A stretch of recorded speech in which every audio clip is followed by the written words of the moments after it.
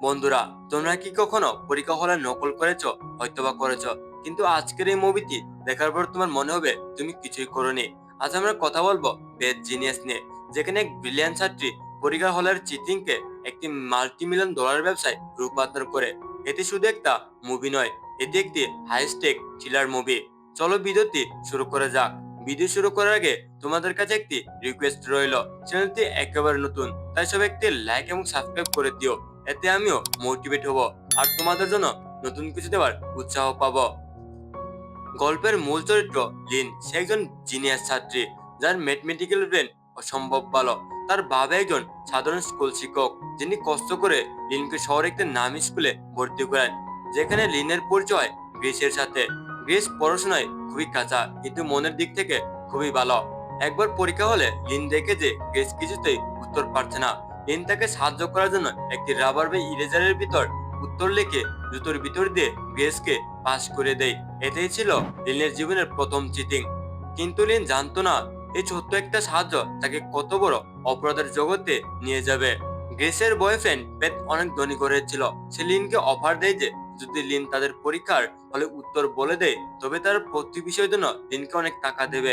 Lin প্রথমে রাজি হয় না, কিন্তু যখন সে জানতে পারে তার বাবা তাকে এই স্কুলে পড়াশোনার জন্য গোপনে অনেক টাকা দিয়েছেন, তখন লিন রেগে গিয়ে এই বিষয়ে নামার সিদ্ধান্ত নেয়। লিন উত্তর পাঠানোর জন্য এক অবিশ্বাস্য পদ্ধতি বের করে, যার নাম পিয়ানো মেথড। সে পিয়ানোর 4টি সুরের আঙ্গুলের মুভমেন্ট দিয়ে এ বি সি ডি অপশনগুলো বাকিদের বুঝিয়ে দিতে শুরু করে। তার আঙ্গুলের ইশারা দেখে ক্লাসের অনেক ছাত্র পরীক্ষায় পাস করতে শুরু করে এবং লিনের হাতে আসতে থাকে প্রচুর টাকা। মুভিতে এরপর এন্ট্রি হয় ব্যাংকের। ব্যাংক লিনের মতো একজন অতি মেধাবী এবং সৎ ছাত্র ছিল।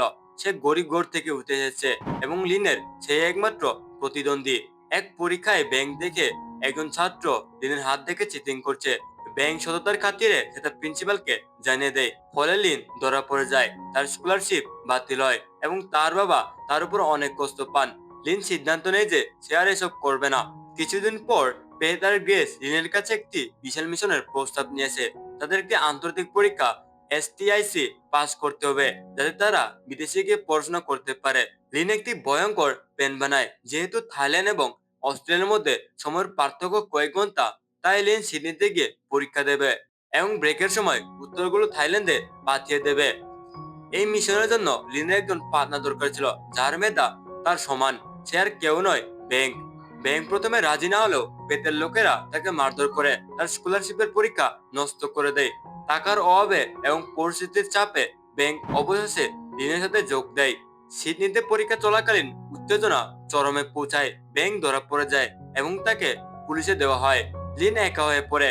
সে হাজার হাজার কোড মুখস্থ করে টয়লেটে গিয়ে পেন্সিলের গায়ের বারকোড হিসেবে উত্তরগুলো থাইল্যান্ডে পাঠিয়ে দেয়। লিন যখন ধরা পড়ে একদম কাছাকাছি, তখন সে এক শ্বাসরুদ্ধকর কায়দায় সেখান থেকে পালিয়ে এয়ারপোর্টে পৌঁছায়। সে সফল হয়, কিন্তু ব্যাংক চিরতরে তার কেরিয়ার হারায়। থাইল্যান্ডে ফিরে লিন দেখে পেতার গ্রেস উল্লাস করছে, কিন্তু লিন বুঝতে পারে এই টাকা বা সাফল্য সবই অর্থহীন। অন্যদিকে ব্যাংক টাকার লোভে এতটাই বদলে যায় যে সে লিনকে ব্ল্যাকমেল করে এবং আরেকটি চিটিং মিশনে তাকে ডাকতে চায়। লিন তাকে সরাসরি না বলে দেয় এবং নিজের বাবার কাছে গিয়ে সব অপরাধ স্বীকার করে। লিন পুলিশের কাছে গিয়ে জবানবন্দি দেওয়ার সিদ্ধান্ত নেয়। বেদ জিনিস মুভিতে আমাদের চোখে আঙ্গুল দিয়ে দেখায় যে মেয়েটা যখন অসৎ পথে চলে যায়, তখন তার শেষটা কখনোই ভালো হয় না। মুভিটি নিয়ে আপনাদের মতামত কি? লিন কি ঠিক কাজ করেছিল? কমেন্টে অবশ্যই জানাবেন। আর ভিডিও ভালো লাগলে অবশ্যই লাইক এবং সাবস্ক্রাইব করে দিও। দেখা হচ্ছে নতুন ভিডিও নিয়ে। ততদিনে সবাই ভালো থাকবেন। Yeah.